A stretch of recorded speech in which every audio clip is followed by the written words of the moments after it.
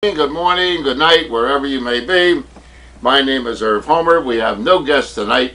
That means you are the guests on our chat room or our telephone, which is 215-253-8877.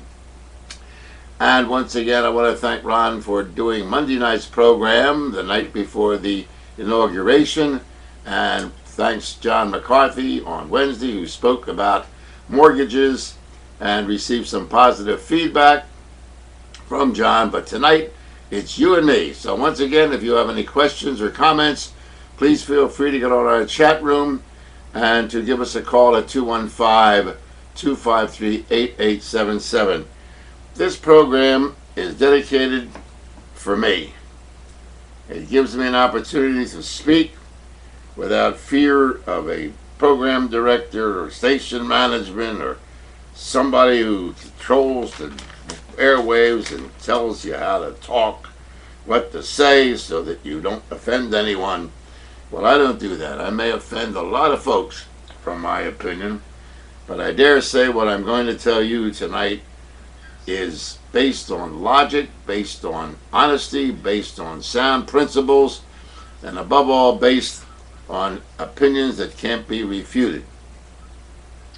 We're broadcasting from irvhomer.com. My website is www.irvhomer.com.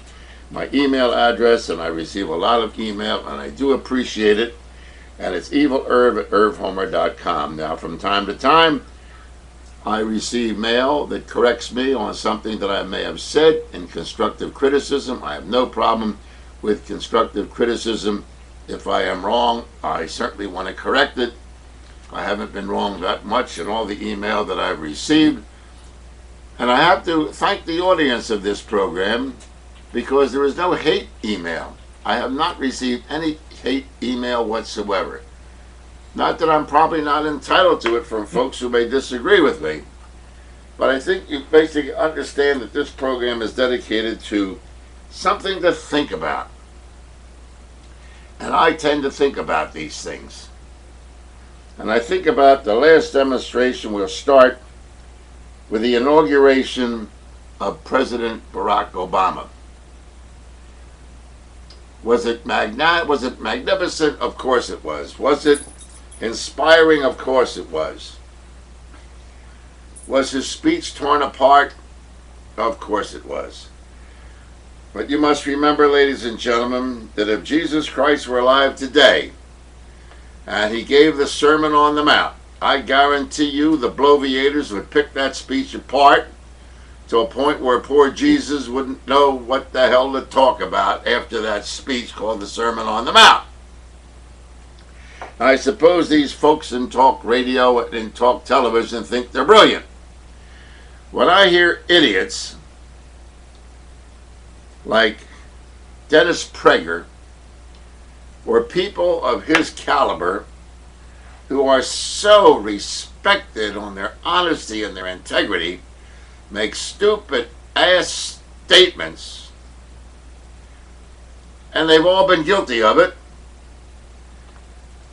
and the public is either too dumb to challenge these people or they can't get through on the telephones, making statements referring once again to something that they're living in fear of in talk radio and in talk television, the fairness doctrine.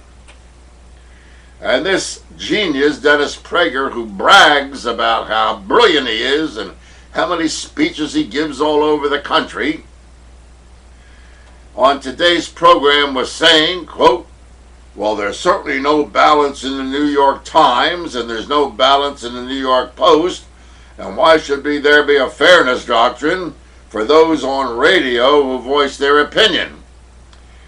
Well, to those of you who agree with that idiot, Dennis Prager, I can only say that you too are an idiot, a fool, who don't have the faintest idea of what the fairness doctrine is about, and why the statements that are made by him and the OxyContin Kid and other idiots on local radio and on syndicated radio, the New York Times, no periodical, magazine, newspaper, circular, newsletter is licensed by the United States government to provide a service or even tell the truth.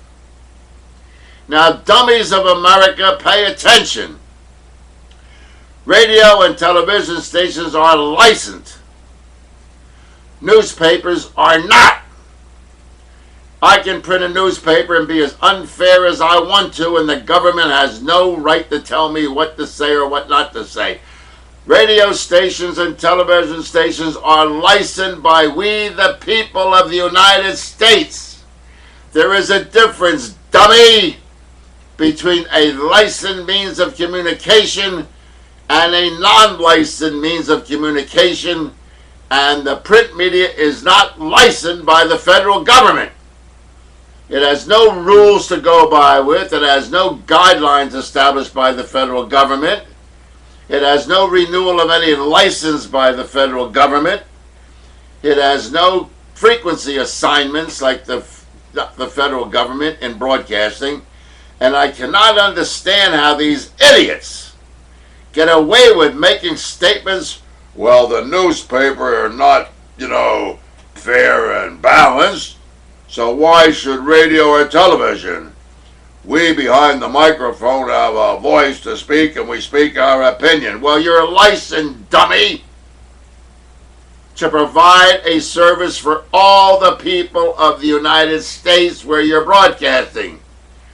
Shortwave radio has no license other than frequency assignments. You can say any damn thing you want to on shortwave radio. But ladies and gentlemen, do me a favor and educate yourself and free yourself from the nitwit that you hear on talk radio today, in light of the fact, very important, that radio stations and television stations are licensed and guidelines are established by the Federal Communications Commission.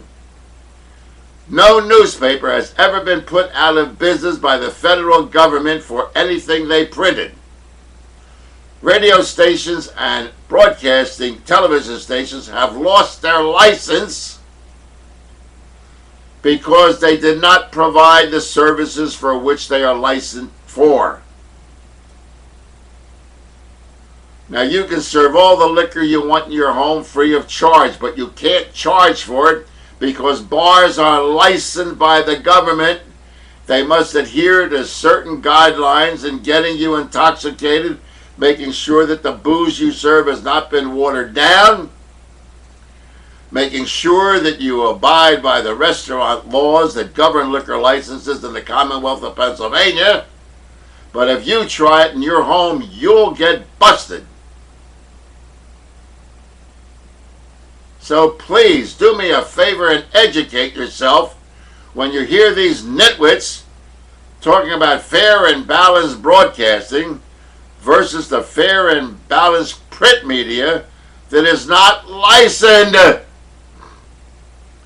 You have the right under the law to challenge any broadcasting license in the country.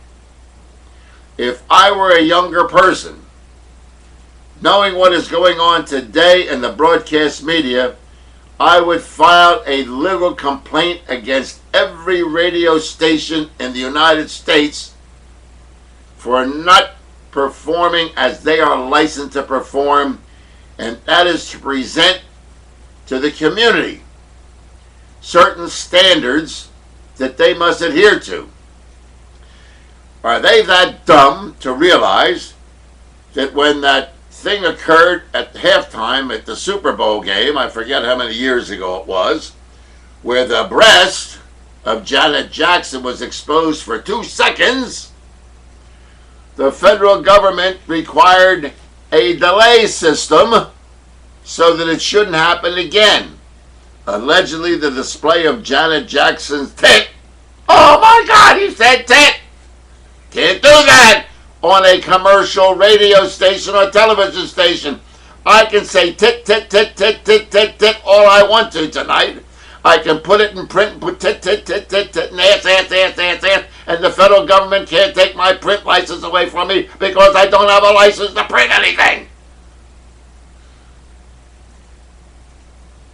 And many of you idiots out there, fortunately, listening to this program, I believe you've enjoyed a certain amount of honesty and integrity and knowledge. The difference between the print media and the electronic media that is licensed by the federal government. I can't say it enough. Now, what happened after the tit of Janet Jackson was exposed? The government went after the broadcast network because it was not a delay system. Now it's a delay system. If something like that would occur again, the television stations are required by law, the Federal Licensing Bureau of the Federal Communications Commission, to make sure that Janet Jackson's tit or anybody else's tit will not be shown. Do you understand? Am I getting through to you people? And if you listen to this program for entertainment only, turn the damn dial off. This is information that a free society should know about. That a free society should be able to think for themselves and know the difference between the print media and the electronic broadcasting media. And I get so damn frustrated, I've come to the conclusion there just is no hope for this country. None whatsoever. Not because of the bloviators on radio or television, but because the 300 million idiots that do not know what makes a free society. And I'm tired of people saying to me, well, if I hear that one more time, I'm going to shoot myself, which many of you may agree with, that I may shoot myself. No. We have a chat room that you can respond to what I just said. We have a telephone at 215-253-8877. This program is something to think about. Going back to the inauguration. My Bible, ladies and gentlemen, is the Constitution of the United States. I would basically say I'm a secularist. Whether or not I believe in God or a religion is none of your damn business. And whether you believe in God or have a religion is none of my damn business. When I hear idiots that I heard today on my commercial program saying, oh, that Madalyn Murray O'Hair took God out of our schools. Ladies and gentlemen, if it weren't for the fact that I enjoyed my lunch, I would have thrown up this afternoon. What kind of God did that woman have that Madalyn Murray O'Hair, who is dead now, a professed atheist, could get God out of school? You mean to tell me God is so frivolous that one woman in the United States took God out of school? What chair was he sitting in, lady? What was his SAT score, lady? Did he graduate in the commercial course, the industrial course, or the academic course, lady? How dumb can people be when they make statements like, Madalyn Murray O'Hair took God out of school? The God that I worship, or I may worship, and you don't know whether I do or not, cannot be placed in school and cannot be taken out of school. The God that I believe in or not believe in is so powerful, so masterful, so large. No one can take it or him or her out of any place or put them in. Do you believe in a God that a woman can take out of school? Out of the parking lot? Out of the bars? Out of the motels where people are humping each other without being married? Has God been removed from the motels of the world? How silly and stupid are some American people? I don't know. In reviewing my Bible, the Constitution of the United States, it specifically states there that religion, the show of religion or non-religion, shall not be a prerequisite to be the President of the United States. And what I saw at the inauguration was a display of religiosity that scared the living hell out of me. an invocation by Rick Warren, who does not believe that gays should have equal opportunity and they're an abomination. And you want to know something? I agree with Rick Warren, because he preaches from a Bible that preaches intolerance of gay people. And when I posed the question many times, is the Bible a conservative or a liberal document? You want something to think about? Have you ever read the Bible? Either the Old or the New Testament, or a combination of both? And I pose a simple question. And I guarantee you tonight, tomorrow night, 10 years from now, 15 years from now, Boobus America still won't come up with an answer whether or not the Bible is a conservative or a liberal document. Are the Ten Commandments liberal or are they conservative? My brain operates totally different than other people do. And the reason it does is because I'm a free man. I'm not only free to move about from here to there to move, but I have freed my mind of all of the fuzzballs and the garbage that has been put in it over the years by, quote, teachers, by, quote, society.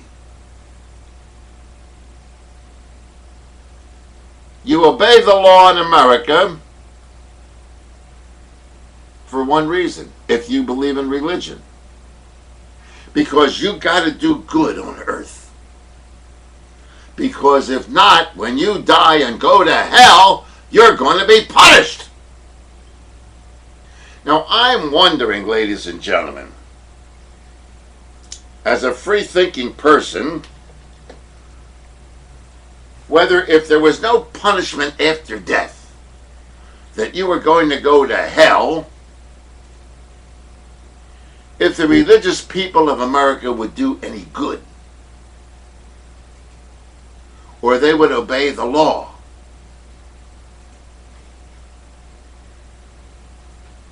In my Constitution, you pay your debt to society while you're here.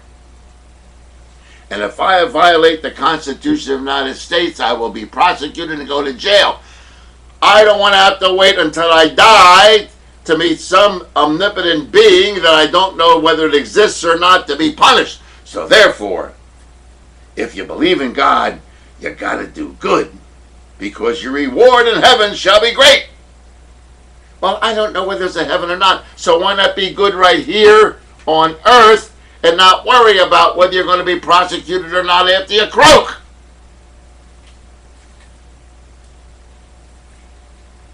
People who are good are good. People who do good because the fear of persecution after their death are phonies. Yes, you may be a phony. And you may be a phony because the only reason you're doing good is because you're afraid you're going to go to hell and you'll burn with the devil. So I better be good. I better not be bad. Do you see what I'm trying to tell you? Something to think about. If you're going to be good because you are a good person, not because you're looking for some reward. What do you want to do? Hit the death lottery when you die so that you'll go to heaven? And that's why you're good? You want to be welcomed to the pearly gates? Suppose you don't believe in heaven and you do good. Well, there's that little clause. A man is judged by his goods, not by his deeds, not by his word. A cop-out if there ever was one. And I don't like living by cop-outs. You're either good or you're bad.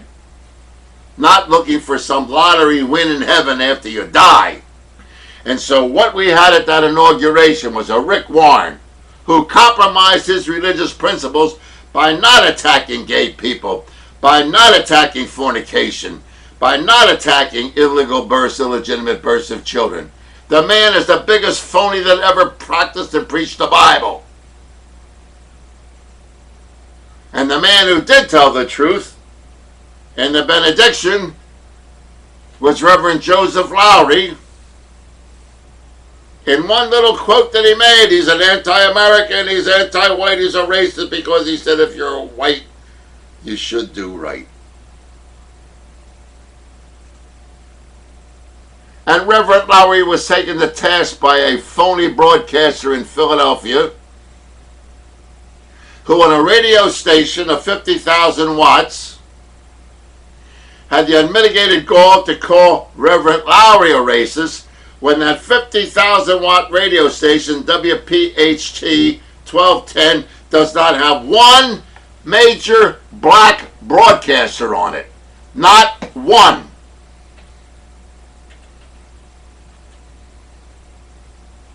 Okay?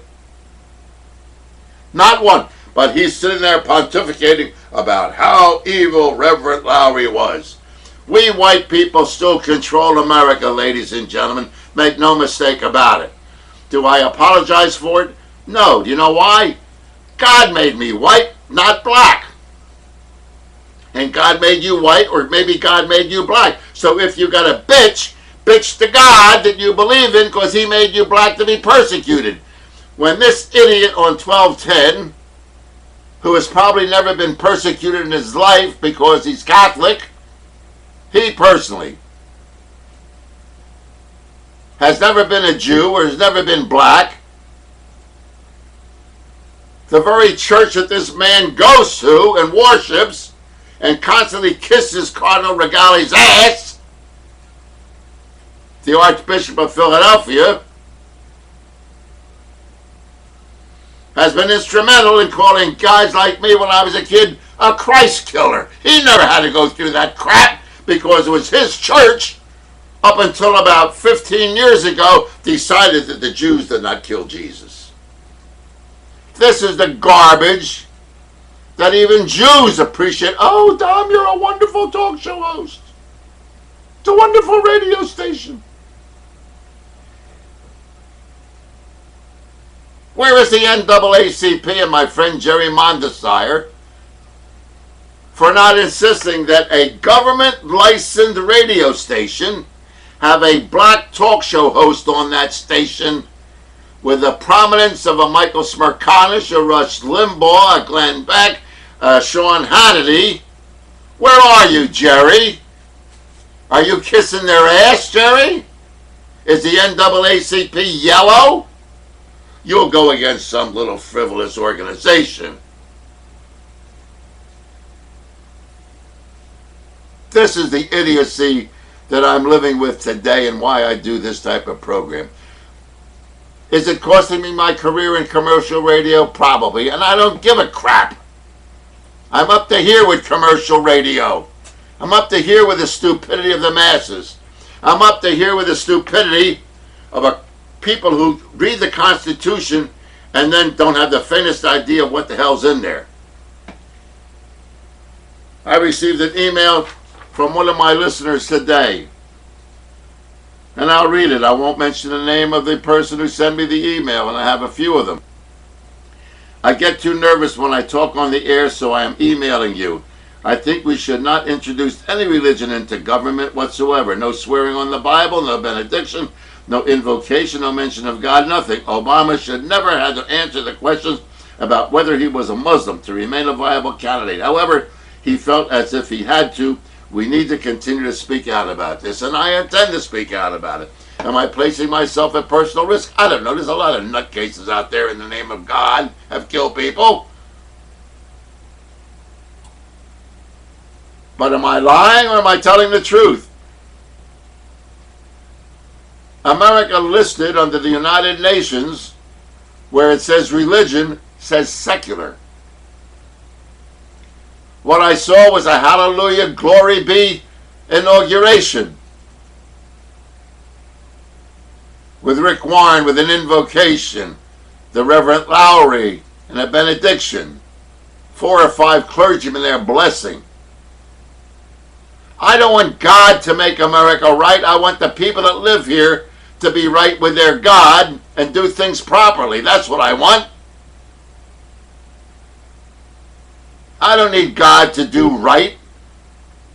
Barack Obama, Bill Clinton was a Bible-carrying president. Saw him every Sunday coming out of church with Hillary and with Chelsea, the biggest whore masters that ever occupied the White House. Richard Nixon, a Bible-carrying Christian, impeached because of his lies and deception. Other presidents who have been, we had to vote for them because they went to church and they went to, and they were sitting with Billy Graham and Billy Graham advised them, and blah, blah, blah. Well, Billy Graham must have done a lousy job to get the country and the message in. It's about time our elected officials stopped worrying about God and started worrying about us. God's busy. He's got 2 wars to worry about. He's got poor people in Africa. He's got people all over the world. Leave him alone. Stop bothering him. Only call upon him when it's necessary. And then do it in the privacy of your own home or your own church or your own house of worship. America does not need more Bible thumpers. America does not need more preachers in government. America does not need more religion in government. America needs government that's going to pay its dues right now to all of us who pay their salaries. If after they die, they're worried about this reward in heaven, that's their personal business. Now just suppose, ladies and gentlemen, with a birth rate of Islam today in the world, that 100 million or million people or whatever it was there were all Muslims who had the right under our Constitution to change our Constitution and make it an all-Muslim country. And the growth of Islam is a major problem if you study the history of what is going on in Europe and the Middle East, that secular governments over there are under attack by Islam. And I've mentioned 100 times,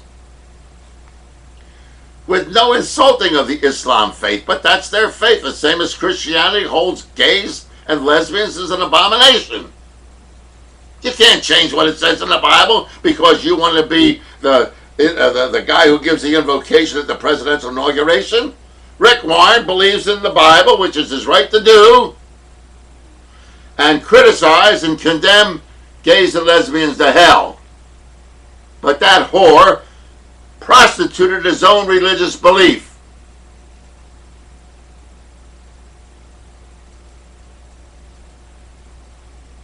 If this country was so secular as it is supposed to be, we would have a gay president, we would have an atheist president, not because of their religion or the fact that they carry a Bible or they don't carry a Bible, but because A, they know what they're doing, and B, they can lead this country to the glory that it once had. The founding fathers were not stupid when they put the separation clause in the Constitution of the United States, where the government should remain secular. Our government is neutral by definition of the founding fathers. And you know, the law sometimes, ladies and gentlemen, is based on intent. What did that law mean? What was the intention of that law? And so once the intent of the law is established, then the law is written. And then it is enforced. And then it is legal to challenge it. And it may be unconstitutional. And our Constitution has been changed over 100 times. Because although something may be legal, it may not be constitutional. And so it is absolutely mind-boggling to me that demonstration that I saw, that inauguration, was an abomination to Americans who believe the Constitution of the United States when it says that religion shall not be required to be the President of the United States. Am I against religion? No. Am I against a belief in God? No. But leave the people in America who are free citizens who pay the same tax as you, leave them alone and give them equal representation and give them equal respect because they think different than you do.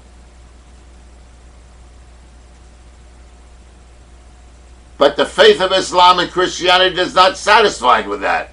The faith of Christianity and Islam is conversion, that you must convert. And if you don't, you're going to go to hell. Follow me. I am the light. I'm not criticizing, but that's what it says. I don't want to convert. I don't want to convert to Christianity. I don't want to convert to Islam. I want to work in America, provide a service, pay my bills, pay my taxes, fight in your wars, which I've done. What the hell else do you want from me? You want me to give my soul to you because you believe a certain way? You demand somebody else give up their soul because you believe in a certain way? And you will violate constitutional rights guaranteed by the Founding Fathers? No. Those of us who believe in a secular America, those of us who believe in equal opportunity for all people, atheists, gays, cross-dressers, as long as they don't violate the Constitution of the United States, you're all right in my book. But that demonstration, that inauguration was not America. That was a revival meeting, is what it was. And you mark my words, that's the beginning of a revival in America, where all religions will now challenge one another. And you're going to live with it if you don't recognize the intent of the Founding Fathers. If you don't read word for word what the Constitution says. I was the only talk show host on a little radio station in Bucks County where I broadcast from that brought up the 35 words in the oath that the President of the United States must read, does not have, so help me God, at the end of it. Why didn't the Founding Fathers put it in there? But the pressure by religious groups know better than the Founding Fathers. What has give me a religious constitution that gives all people equal rights. There is none. The Founding Fathers were smart enough to realize that America is going to be a diverse community in which the cooperation of all Americans are necessary under the Constitution and under the freedoms that it guarantees, or the country will fail, as other countries have failed. Can I assume that 2.5 million people in prison are all atheists? Do not believe in God? Do not go to school? Do not have to recite prayer? I've been in some of the prisons and visited them. Their chapels are unbelievable. Go to Graterford Prison on a tour. You'll see a 600-seat chapel there of all good prisoners that are there who believe in God. Why don't you ask him how many atheists are in prison? Once again, ladies and gentlemen, I am not condemning your religion or your faith or your belief, any more than I want you to challenge mine. My Bible, the Constitution of the United States, guarantees you the right to practice whatever faith you want to, as long as you don't infringe on the rights of other people, including me. And I will not impose my right on my belief in God or non-belief in God for you not to practice your... Just stay the hell out of government!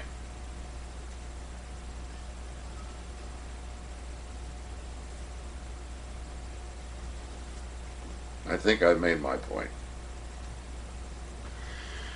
We'll go to the chat room. Our telephone number, 215-253-8877. This type of program, ladies and gentlemen, will never be seen or heard other than right here, broadcasting from irvhomer.com. Did I tell the lie about anything? Did I give you something to think about? Am I trying to preserve the freedom and democracy and elected republic that we have here in the United States without pressure from any religious or irreligious group? No. I want equal rights and equal thought of all American citizens. That's all I want. And I demand it from my elected representatives. I don't care what religion he is. It's got nothing to do with me, and I don't give a rat's ass.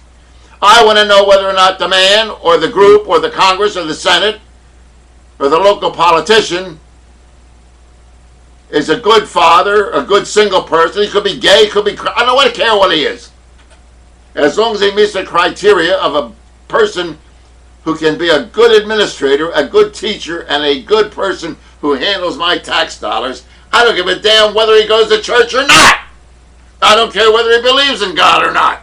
I'm not hiring him as a preacher. I'm hiring him as a politician to do the job that he's required to under the Constitution of the United States. That's all. Period. And that's why the Founding Fathers wrote the Constitution the way they did. They knew what was going to happen because they fled from England because of religious persecution by the Church of England, by the king who was the head of the Church of England. And so what you've got now in America is a rebirth of tyranny by religion, influencing a secular government in America that the Founding Fathers fled from. And after that hallelujah rally that was called the inauguration of Barack Obama, you're going to see more of it next year. Or the next 4 years, rather. Don't you get it? While you Christians and Jews and people who were there and applauded that great event may find out that 50 years from now, there'll be Muslims in that million people down there. And you ain't going to like it. And that's why, ladies and gentlemen, in my opinion, it is necessary to have a clear division between religious influence in government and secular government. Must there be a spirituality to the individual? Fine, I don't care. That's their business. Should there be a moral basis?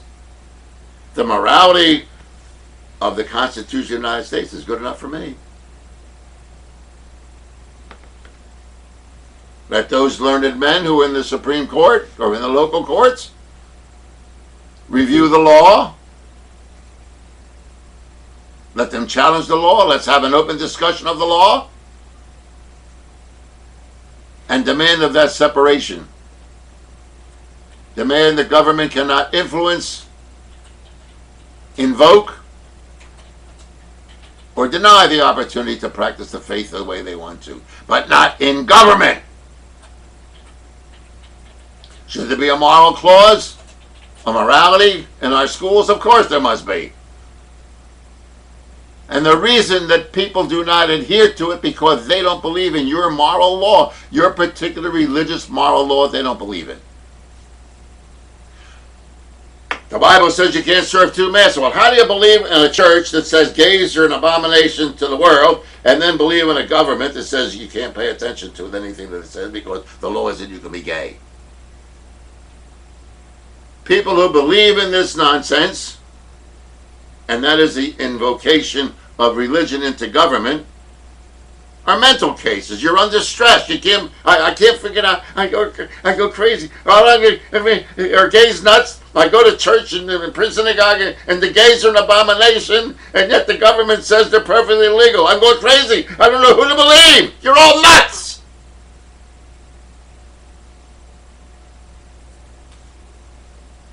I don't have that problem. I do because I see what is happening in this country. Are the masses too dumb to realize anytime there is a financial crisis, anytime we are in a war, three things happen. Number one, everybody finds God. Go to prison. I find people don't wear God. God's in prison. Every guy that's in jail believes in God all of a sudden. That's why you see a growth of religion in America. Because man is too stupid to solve his own problems. He's too stupid not to buy a home he can't afford. He's too stupid not to go in debt on a credit card that he can't afford to pay. He's too stupid to realize if you get caught screwing around, your wife's going to sue your ass. Too stupid to know that if you knock up a young lady, you're going to pay child support. So you turn to God. And you go to the casinos. So in a time of crisis, people run to God. Now they're running to the casinos. Oh, you're telling me that the casinos are not making money or that they're losing money. Well, in Bensalem, at Philadelphia Park, within walking distance from where I'm broadcasting, they did $1.3 billion in the slot machines in 3 months. Is that chump change? So you run to church in a crisis, and you run to the casinos because you know you're going to win. Right, gang? Of course. And you run to the movies and run to sports for a diversion because you can't handle thinking. And so radio has given you sports programs and crazy people who paint themselves green when the Eagles play, and crazy people who sit in 10 degrees cold weather to watch some idiot making $10 million throw a football. It's insanity. But you need that diversion because you can't face life. I saw some people interviewed at the football game between the Eagles and Arizona. The guy needed dental work. Paid $1,100 to go to Arizona to see the Eagles lose. The guy should have gone to the dentist. He's nuts. And other people topped out on their credit. Gotta go to see the Eagles play. But it's because you can't handle what's going on. You can't sit down with a group of friends without turning on the idiot tube and watching all kind of crazy crap that's on there. Reality shows.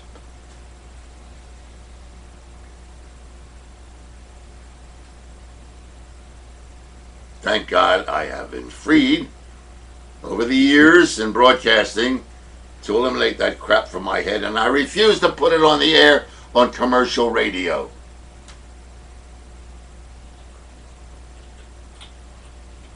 And they're afraid of me. Let me tell you, they are afraid of me.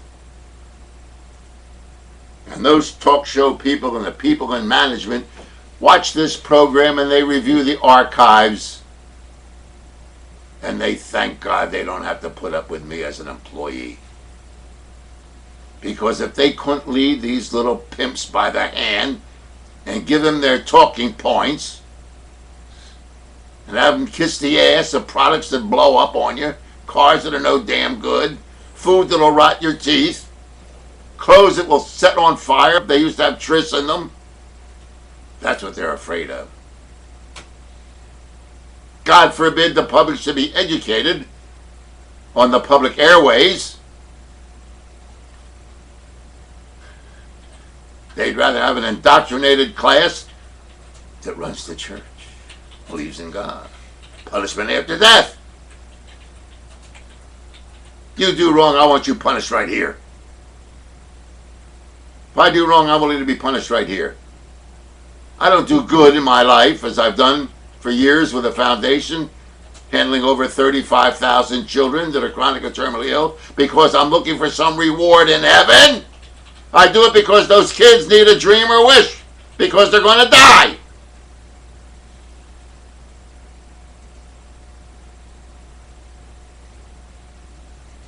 Mind-boggling. Absolutely mind-boggling. I've got a lot to say.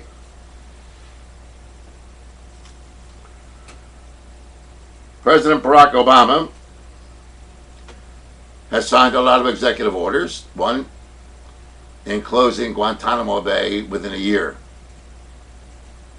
Oh, the terrorists are going to be thrilled about it. Oh, the terrorists are celebrating. Fidel Castro sent him a telegram congratulating him on winning the election. Oh, the world is coming. We're going to get bombed, ladies and gentlemen. We're going to get killed. What is there, 235 prisoners in Guantanamo Bay, costing us millions of dollars? Jack Murthaw, Pennsylvania, when some idiot like Limbaugh, where will we put them?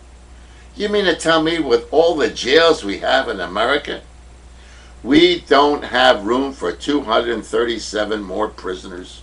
Is that what this nitwit is trying to tell me? That we had to spend I don't know how many millions of dollars it cost to build that dump in Guantanamo Bay. It's 13 degrees outside this studio.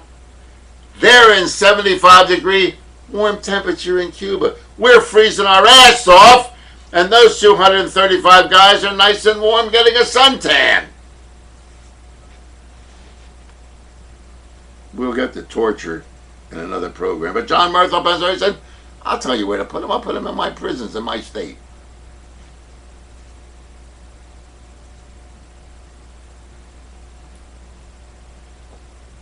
It is so mind-boggling. But let's get to this aid to Africa that President Bush, by the Bush bloviators, is bragging about, that has given millions of dollars of money in aids for Africa. Now, under the Reagan administration, Reagan also gave money for AIDS, with a provision in there that there will be no birth control or condoms or abortions permitted in any country in Africa that receives American help for combating AIDS. I repeat, under the Reagan administration, he appropriated millions of dollars to combat AIDS in Africa if there was no birth control, no condoms, and no abortions. President Bush 1 agreed to it. President Clinton overturned it. He said, I will continue the aid, but you can practice birth control, you can practice using condoms to prevent the spread of AIDS, and you can have abortions. President Bush elected, George W. Herbert Bush, stopped it. No more condoms, no more birth control, no more abortions. You don't get any money to fight AIDS.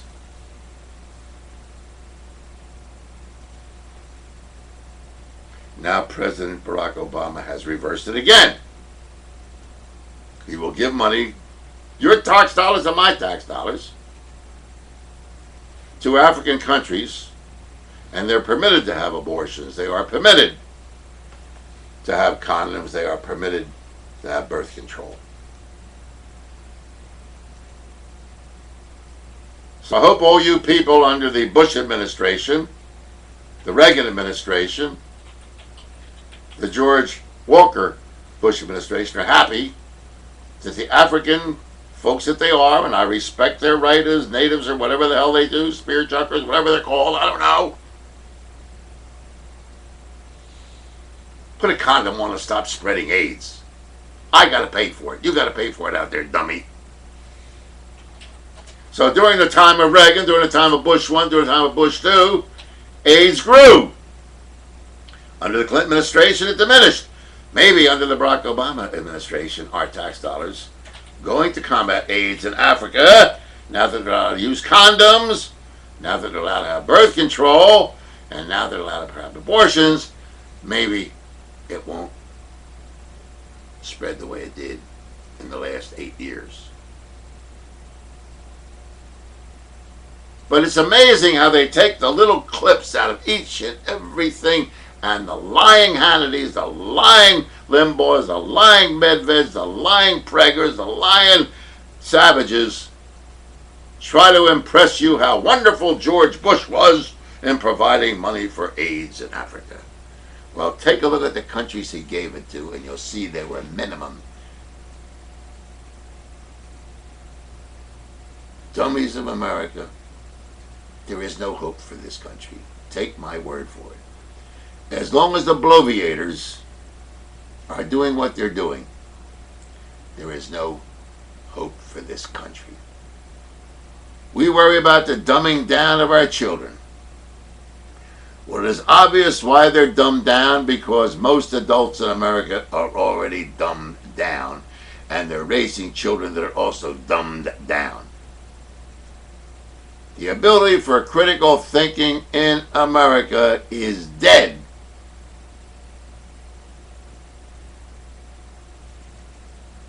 Critical thinkers in this country are at risk of extinction, while gyms grow, diets grow, growth industry in America, diets. Food gluttons is what we are in America. Food gluttons. Food addicts. We can't control our own weight, me included. So there is no self-control in America. But give yourself a chance, ladies and gentlemen, by cleansing your head of all the nonsense that's there. We are brought to you from broadcasting from irvhomer.com. Once again, my website is www.irvhomer.com. My email address is evilirv@irvhomer.com. And RGH Computer Services for all your computer problems, who puts this program together, 215-322-8685, or you can check their website. Check RGH Systems website, ladies and gentlemen. That's www.rghsystems.net. That's RGH Systems, one word, .net. Check out their new website, and you'll see what RGH Systems can do for you.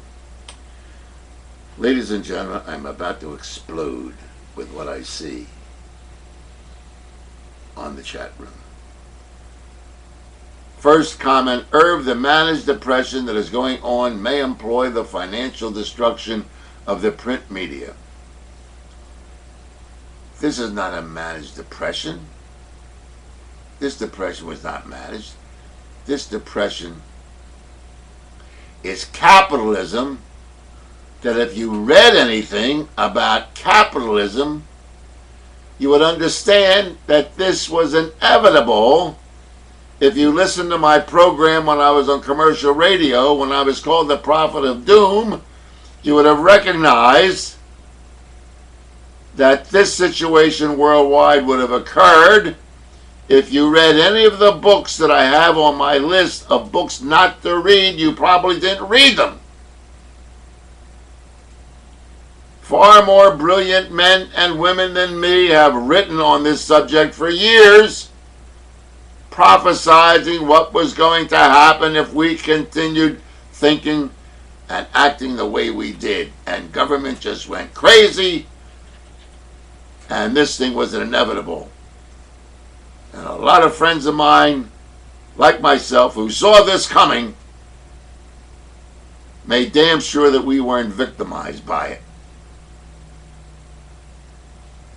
When I saw gambling, and I'll tell you a little bit of personally, when I saw gambling being proposed in New Jersey, I scrimped and saved every dollar I could to buy a couple pieces of property in Atlantic City, knowing that the casinos would pay through the nose, and they did, and I made money on your stupidity that you wanted the casinos. Watching the growth of casinos, I bought casino stock. So that you suckers there who put your money in the slot machines and lose your money on the card playing on the card games have saved me. Wouldn't you rather own stock in a casino, even though it may lose 4%, then put your money in the damn machine. Are you crazy? Yes, you are. $1.3 billion in Philadelphia Park Casino in 3 months. Somebody had to lose that, dummy. Maybe it was you.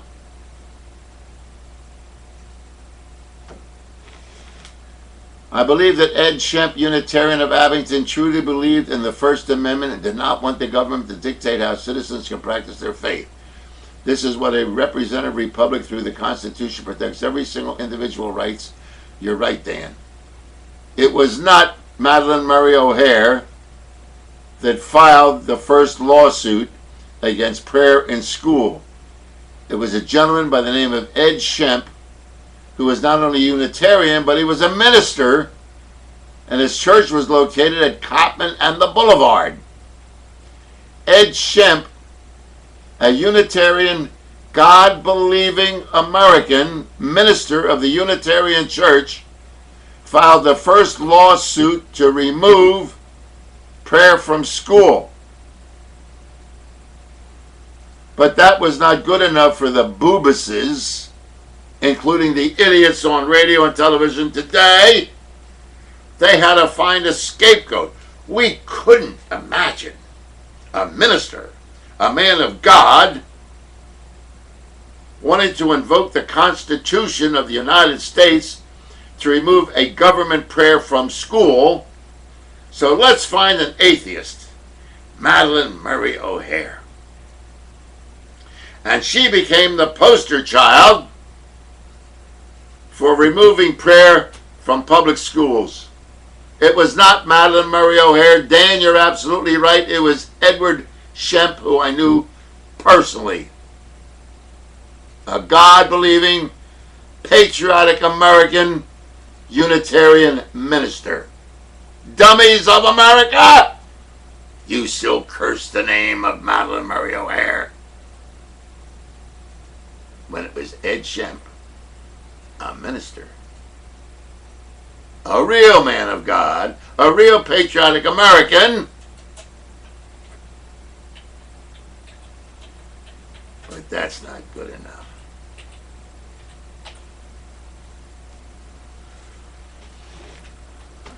Next comment on the chat room. Irv, if there is a fairness doctrine, will it apply to both radio and TV? And will all shows be like Hannity and Cohn's? I'll kill myself. Haha. No, the fairness doctrine will not eliminate Hannity. Combs is gone from the program because he was the world's lousiest liberal to combat Hannity. Let me go up against Hannity and I'll show you what an ass he is. And I'll do it for nothing. How's that? That's an offer, right? I will go up against Hannity, and it'll be Hannity and Homer. Double H. He can make himself $10, $12 million a year. I'll do the show for nothing. Mr. Hannity, you want to take that up? His syndicator? Spread the word. Irv Homer is willing to work for nothing to share the microphone and television camera with Sean Hannity. And we'll see who wins. It'll have the highest ratings in this country that they ever saw. All the fairness doctrine will do, my dear friend, is to allow the Hannity and the Limbaughs and the other idiots, but there will be equal broadcasting on the radio stations that carry these guys.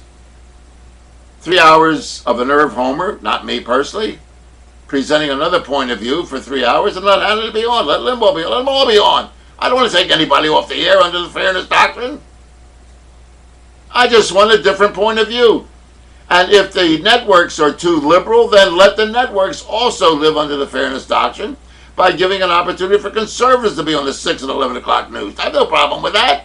I'm looking for fairness, not for the destruction of anybody's point of view, but just another point of view being given an opportunity to express their opinion on the publicly owned airways. That's all. So I don't know what these guys are afraid of, that they're going to lose their jobs. Are they afraid to have competition on the station? Check my ratings against Rush Limbaugh. He was on WCAU radio and I was on WWDB, and Limbaugh very seldom beat me. Check it out. It's a matter of public record. From 1975, when I started on WWDB, to the year 2000, 25 years, on one radio station. Check my ratings against Limbaugh, and you'll find out that most of the time I beat Limbaugh's ratings. Can't do it today, because the media, the Federal Communications Commission, is a bunch of whores. Under the Reagan administration, they deregulated radio and deregulated television, and you got the crap you have to listen to today. So I'm not trying to eliminate Hannity, or I don't know what they're afraid of. They're more afraid of a person like me than they are of losing their program. So I still think, in all honesty, this fake, phony, liberal network called Air America was paid for by the right-wing conservatives to fail. I think Al Franken and that whole group that is on Air America are liars. I think they've been paid off by groups like the Rutherford Institute that supported Linda Tripp. I never trusted Air America, the concept, from what went on. Next question on our chat room. How did the pilot land that plane in the river and save the lives of the passengers? How the hell do I know? He was a good pilot and everything was right. He was a pilot. His job was to land the plane when it reached the crisis proportion, and he was extremely lucky. That's how he did it. I would suggest that you take some flying lessons. It's only about $75 a half an hour, and learn how to fly an airplane, and you'll learn how to fly an airplane that lands on water. What kind of an idiocy? I thought I eliminated all the nutcases from my program. What do you think about the Caroline Kennedy retraction? Who gives a rat's ass? Who gives a crap whether Caroline Kennedy decided not to put her name in contention to be a senator from New York? I don't live in New York. I don't know whether the new appointee by the governor of New York is going to be any better or not. I don't even think about Caroline Kennedy. Get off my chat room, you idiot. Irv, how can we put the bloviators out of business? How about boycotting the sponsors? No. I don't want any sponsors boycotted. I don't want to put them out of business. All I want is an opportunity for someone like me with my brains, my intelligence, my intellect, my free thinking to be on a radio station either opposite them or on the same station. That's all I want. I don't want to put them out of business. I don't want any sponsor boycotted. I just want somebody like me, not me, with the exception of my offer that I'll work against Hannity for nothing. Even for nothing, they'd be afraid to have me there. I don't know whether I like the job or not. I don't think I could stand Hannity without punching me in the mouth. Anyway, I'm Irv Homer. Thank you so much for listening. Have a great weekend. And just remember, I don't know whether it was Jefferson or Madison who said it. He said, I'm going to give you a representative government. It's up to you to keep it. We're losing it, ladies and gentlemen. Have a great weekend. See you on Monday.